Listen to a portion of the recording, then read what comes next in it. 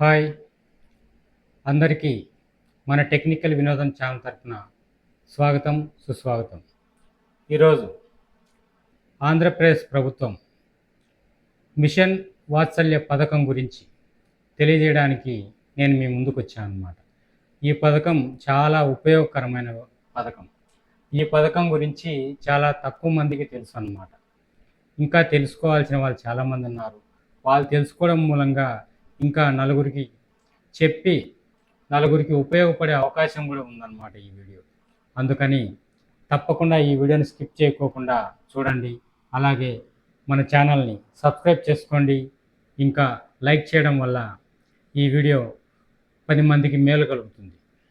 ఈ వీడియో మూలంగా మేలు కలుగుతుందని నేను ఆశిస్తున్నాను.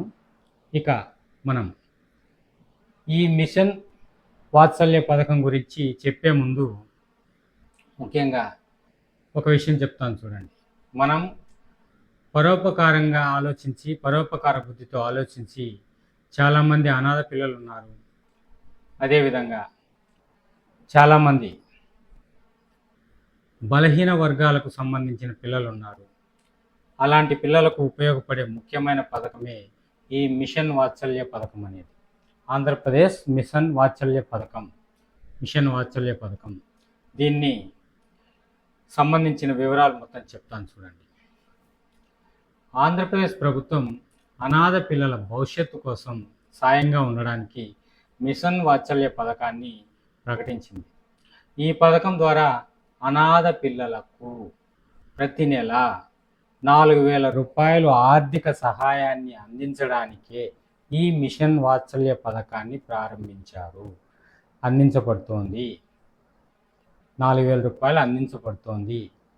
ముఖ్యంగా ఈ 2025 సంవత్సరానికి సంబంధించి 19.12 కోట్ల రూపాయలను కూడా వాళ్ళు విడుదల చేయడం జరిగింది.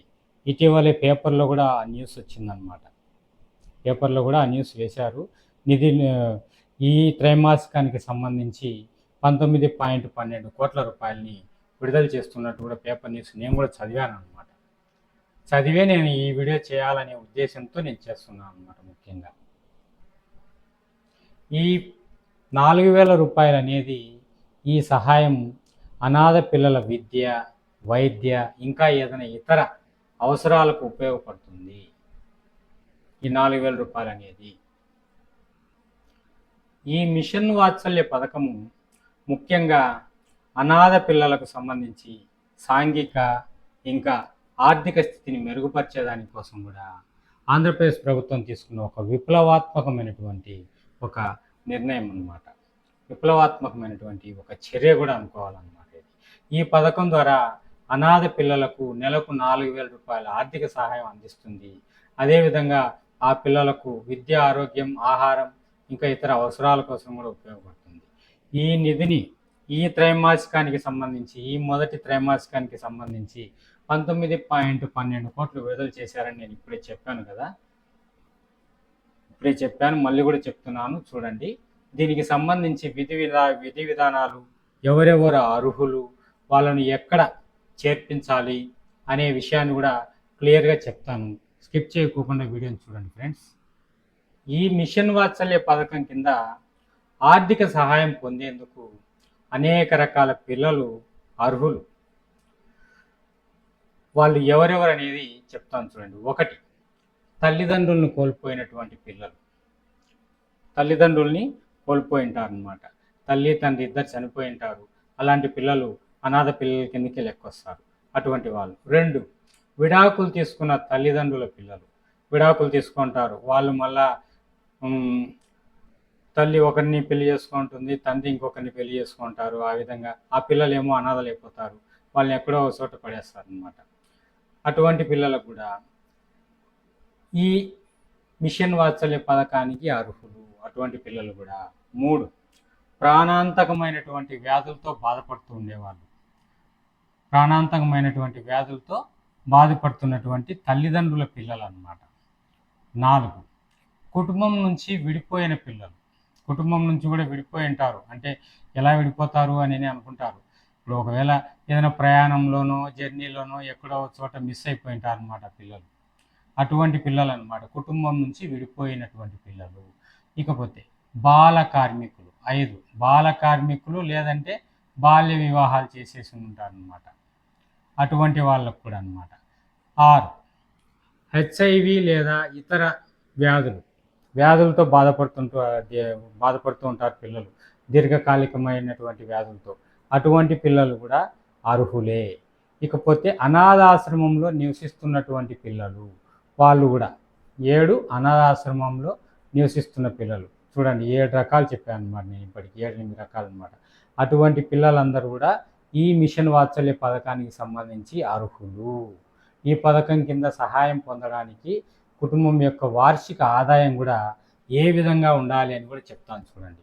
ఇప్పుడు కొంతమంది బలహీన వర్గాలకు సంబంధించిన వాళ్ళు కూడా ఉంటారని చెప్పాను కదా, అటువంటి వాళ్ళకు కూడా ఆదాయ పరిమితి, వార్షిక ఆదాయం ఎంత ఉంటే వాళ్ళ పిల్లల్ని చేర్చుకుంటారు అని కూడా చెప్తాను చూడండి. ఇప్పుడు గ్రామీణ ప్రాంతాల్లో అయితే వార్షిక ఆదాయము అంటే సంవత్సర ఆదాయము, వార్షిక ఆదాయం అంటే 72,000కు మించకోకుండా ఉండాలి గ్రామీణ ప్రాంతాల్లో అయితే. అదే పట్టణ ప్రాంతాల్లో అయితే 98,000 రూపాయలు సంవత్సర ఆదాయానికి మించకూడదు. వార్షిక ఆదాయము 98,000 కంటే మించి ఉండకూడదు. అటువంటి వాళ్ళు అర్హులవుతారనమాట. పోతే దీనికి అర్హత లేని వాళ్ళు ఎవరు అనేనంటే, ఇప్పుడు తల్లికి వందనం పథకం వస్తూ ఉంటుంది, అటువంటి పిల్లలు లేరనమాట. ఎందుకంటే వాళ్ళకి అమ్మా నాయన ఉంటారు కాబట్టి. లేదంటే ఒకవేళ తల్లిదండ్రులు లేకపోయినా కొంతమంది సంరక్షకులు అధీనంలో ఉంటారు, అటువంటి పిల్లలు కూడా తల్లికి వందనం పథకం వస్తూ ఉంటుంది అనమాట. వాళ్ళు గార్డియన్గా ఉన్న వాళ్ళు వాళ్ళ అకౌంట్లో వేసుకుంటూ ఉంటారు అనమాట. ఇకపోతే రెండవది ప్రభుత్వ ఉద్యోగులు, గవర్నమెంట్ ఎంప్లాయర్స్, వాళ్ళ పిల్లలకు వర్తించదు. అదేవిధంగా ఇతర రాష్ట్రాల్లో ఉంటారు చూడ, ఆ పిల్లలు ఎక్కడొచ్చి చదువుకుంటూ ఉంటే వాళ్ళకు కూడా ఈ మిషన్ వాత్సల్య పథకం వర్తించదు. ఈ మిషన్ వాత్సల్య పథకంలో నెలకు వాళ్లకు 4,000 రూపాయల చొప్పున ఆర్థిక సాయం అందిస్తూ ఉంటారు. ఇది విద్య, వైద్యం, ఆహారం, ఇంకా ఏదైనా వాళ్ళ యొక్క ఇతర అవసరాలకు ఉపయోగపడుతూ ఉంటుంది. ఈ పథకంలో పొందే ఇంకా ఏమైనా ఉపయోగాలు ఉన్నాయా అవి చూద్దాం రండి. ఈ మిషన్ వాత్సల్య పథకంలో పొందే ఉపయోగాలు ఏమంటే, విద్యా సంబంధిత సహాయం, పిల్లలు ప్రాథమిక విద్య ఇంకా ఉన్నత విద్య కొనసాగించడానికి ఈ 4,000 రూపాయలు అనేది వాళ్ళకు బాగా ఉపయోగించుకునేదానికి ఉపయోగపడుతుంది. అదేవిధంగా ఆరోగ్య సంరక్షణకు కూడా ఉపయోగపడుతుంది అన్నమాట. పిల్లల ఆరోగ్య బీమా కానివ్వండి, లేదంటే వైద్య చికిత్సలకు కానీ ఈ సహాయం ఉపయోగపడుతుంది. ఇంకా పరిస్థితి మెరుగుపడేదానికి పేద కుటుంబాల పిల్లలు, ప్రత్యేకించి అవినీతికి గురైనటువంటి పిల్లలు ఈ పథకం ద్వారా బాగా ప్రయోజనం పొందేదానికి కూడా అవకాశం ఉందన్నమాట. ఇకపోతే దీన్ని ఏ విధంగా మనం అప్లై చేయాలి? అంగన్వాడీ కార్యదర్శి లేదా అంగన్వాడీ కేంద్రానికి వెళ్ళి వాళ్ళ సమక్షంలో మీరు దరఖాస్తు తీసుకొని, ఒక అప్లికేషన్ అనేది తీసుకొని, మీ దగ్గరలోని అంగన్వాడీ కార్యకర్త లేదంటే వాలంటీర్ని కానీ సంప్రదించి వాళ్ళకి ఇవ్వండి. లేదా ఇంటర్నెట్ ద్వారా కూడా దరఖాస్తు చేసుకునేదానికి అవకాశం ఉంది. ఆన్లైన్ ద్వారా కూడా ఈ పథకాన్ని దరఖాస్తు చేసుకోవచ్చు అన్నమాట, ఇంటర్నెట్ అంటే. 3, ప్రాథమిక డాక్యుమెంట్లు. ఏ ప్రాథమికమైన డాక్యుమెంట్లని సమర్పించాలని కూడా చెప్తాను చూడండి. దరఖాస్తు చేసేటప్పుడు కుటుంబ ఆదాయం ఇన్కమ్ సర్టిఫికెటు, అదేవిధంగా పిల్లల ఆధార్ కార్డు, ఇవి కంపల్సరీ వాళ్ళ ఇంటర్నెట్లో కానీ అంగన్వాడీ కేంద్రంలో కానీ వాళ్ళు అప్లై చేసేటప్పుడు ఈ డాక్యుమెంట్స్ సమర్పించాల్సి ఉంటుంది. ఈ డాక్యుమెంట్స్ వాళ్ళకు కంపల్సరీ సమర్పించి మీరు అప్లై చేసుకోవాలి. ఈ విధంగా మీరు అప్లై చేసుకొని, ఇంకా చెప్పాలంటే అంగన్వాడీ కార్యాలయంలో కానీ, లేదంటే నగర పంచాయతీ కార్యాలయాల్లో కానీ, లేదంటే మామూలు పంచాయతీ కార్యాలయాల్లో కానీ ఈ పథకం గురించి అప్లై చేసేదానికి అవకాశం ఉంది. మీరు కనుక్కోండి.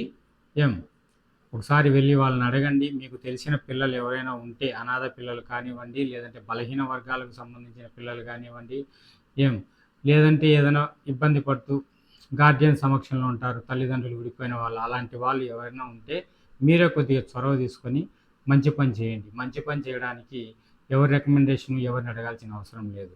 మన మనసు స్వచ్ఛంగా ఉంటే చాలు. ఈ ఒక్క విషయం గుర్తుపెట్టుకొని మీరు ఈ మిషన్ వాత్సల్య పథకంలో కంపల్సరీ మీకు తెలిసే ఎవరన్నా కానీ ఉంటే అలాంటి వాళ్ళు నేను చెప్పిన వాళ్ళు ఉంటే చేర్పించండి.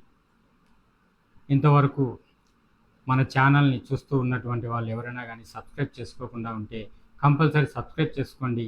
అదేవిధంగా వీడియోను లైక్ చేయండి. ఈ లైక్ చేయడం ద్వారా ఈ వీడియో మరో 10 మందికి వెళ్తుంది, మరో 10 మందికి మేలు జరుగుతుందనే ఉద్దేశంతో చెప్తున్నాను. ఇంతవరకు నేను చెప్పింది ఓపికగా విన్నందుకు, చూసినందుకు అందరికీ ధన్యవాదాలు ఫ్రెండ్స్.